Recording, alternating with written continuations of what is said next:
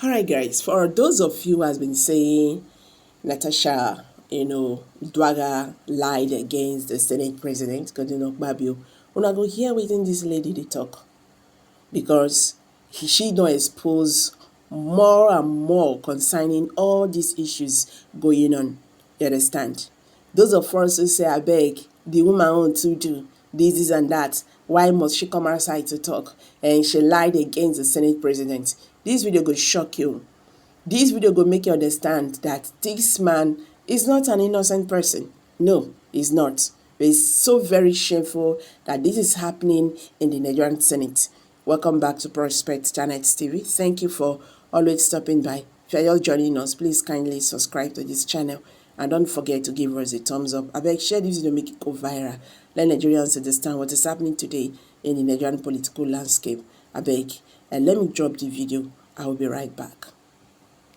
Now, let me take the time to explain two scenarios that have happened to me out of the 1,000 or 10,000 scenarios. Number one, we all know that in Nigeria, to get government-appointed jobs, contracts, you need to know people. I don't care what qualifications you have. I don't care how good you are at your job. You need to know the right kind of people. Now, I used to have a company before which did supply jobs. I and my friend, we owned this brand, and we were really trying very hard to make a name for ourselves. Now, did we have the connection? Hell yeah, we did. We had a great connection, like the people we knew, who. But you see, now with that connection still, you still have to go forward and meet the people, So we were recommended to this particular institution. I don't want to mention what it was, but you would think that people in that establishment are more decent than we know. Now, we were recommended to go to this particular guy, We spoke to him about our project and what we plan to do. So basically, it was to paint the whole establishment, which was a lot, and buy computers and furniture for the place, which I don't even want to say how much money would have made from that. We got to the understanding that, listen, he says he wants 20% of the deal. And we're like, you know what? It's a huge contract. So no problem, let's do it. And mind you, we'll still have to sort out the person who referred us there.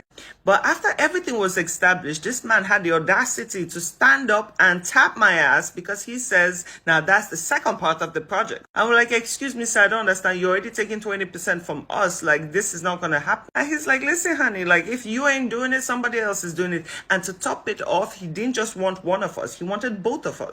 So tell me in that situation what a woman was supposed to do. And mind you, it wasn't even a time where you could say, oh, let me film. Because guess what? As soon as you walked into the building, you were asked to leave your phones at the entrance. So you couldn't even tape it. So apart from the foul memory you get from that experience, how else are you supposed to give proof? Unfortunately, yes, in the world, there are a lot of women who do come out and lay false accusations on people. But those percentages are very little. Tell me what I should have done in that situation. Situation number two. I was also in real estate at one point, before I built my studio. I wanted to have more funds. So I'm like, let me go into this business. Now, on this particular day, I met this guy. He sounded very decent. He was as old as my father. He's like, listen, I have a big name. He actually did have a very big name in the real estate business in Lagos. And he's like, listen, if you can help me with my properties, you can put them on the market and you get a commission, blah, blah, blah. So as time went on, we discussed about it. And he said, listen, let's have an official meeting in my office. So I went to the location, dressed properly. I had my jacket on, long pants, everything covered, because I don't want to. I've been in situations like this too many times that I just want to avoid any drama. So decent is.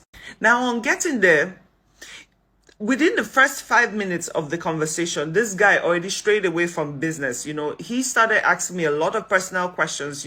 Are you in a relationship? And in my head, I'm like, why are we talking about me being in a relationship? He goes ahead asking a lot of very deep personal questions. And I already knew from that moment, listen, first of all, I won't, even if I get the job from you right now, I won't be able to work with you because your mind is already far gone. And what makes me even more angry is like, men in Nigeria forget about how much money they can profit off your back and focus on something so unimportant that it really baffles me.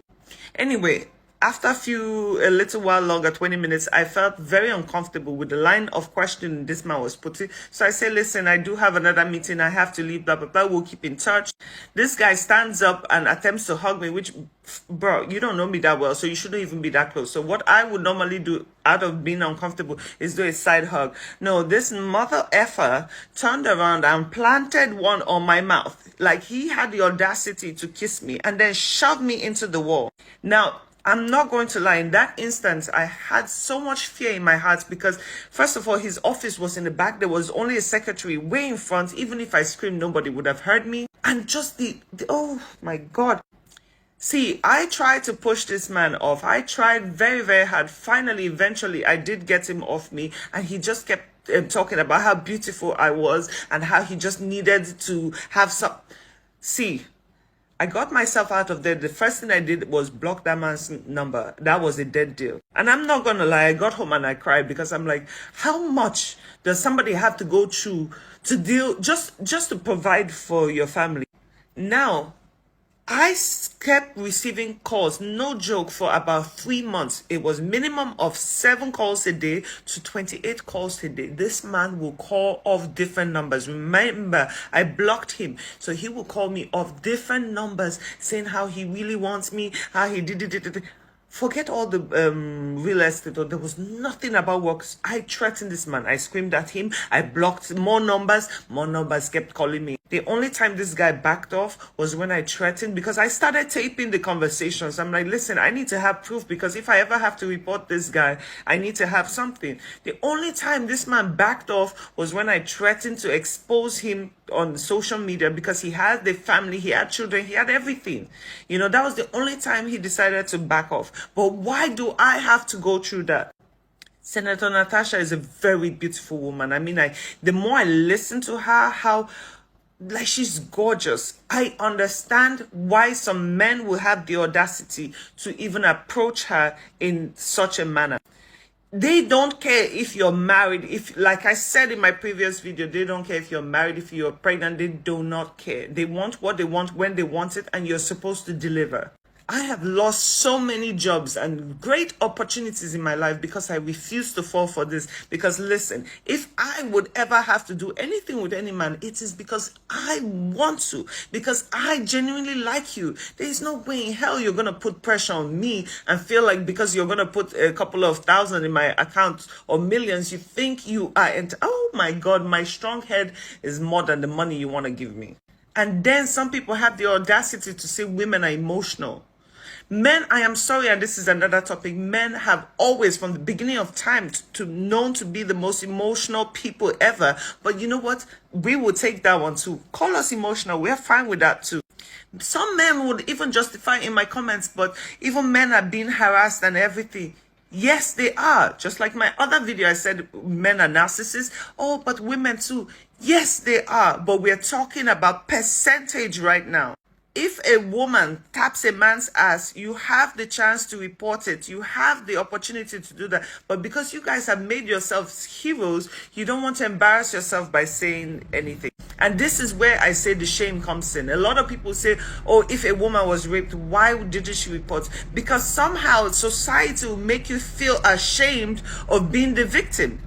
So no, in many situations, you might not have evidence, but I very, very much doubt that a woman with this prestigious reputation she has will go and make a false accusation on a man just for what? What would be the point for her to publicly embarrass herself that way? But you see the way God works? Sometimes you might need to fall before you rise. Because I'm telling you, this woman has become a movement. If she decides tomorrow to be president, I will vote for her. Because sometimes you have to fall to rise. And this is a perfect example of that. God will never let a good woman fall or a good man fall. This woman has, like, she has done things for her community. People genuinely just love her because of the actions she has taken. How many people now can tell me in our between our politicians that can come out with their full chest and walk through a crowd of people? My dear, she could. That woman is an iron woman, and if you cannot give her the respect, shut the fuck up on the internet. Don't come talking rubbish, because we don't want to hear it. We want a better community, and that's that. We're not comparing ourselves to anyone else. We need to reform us first. Alright guys, thank you very much for staying to the end of this video. Please, what's your take? Share your thoughts, subscribe, like. Thank you, and bye for now.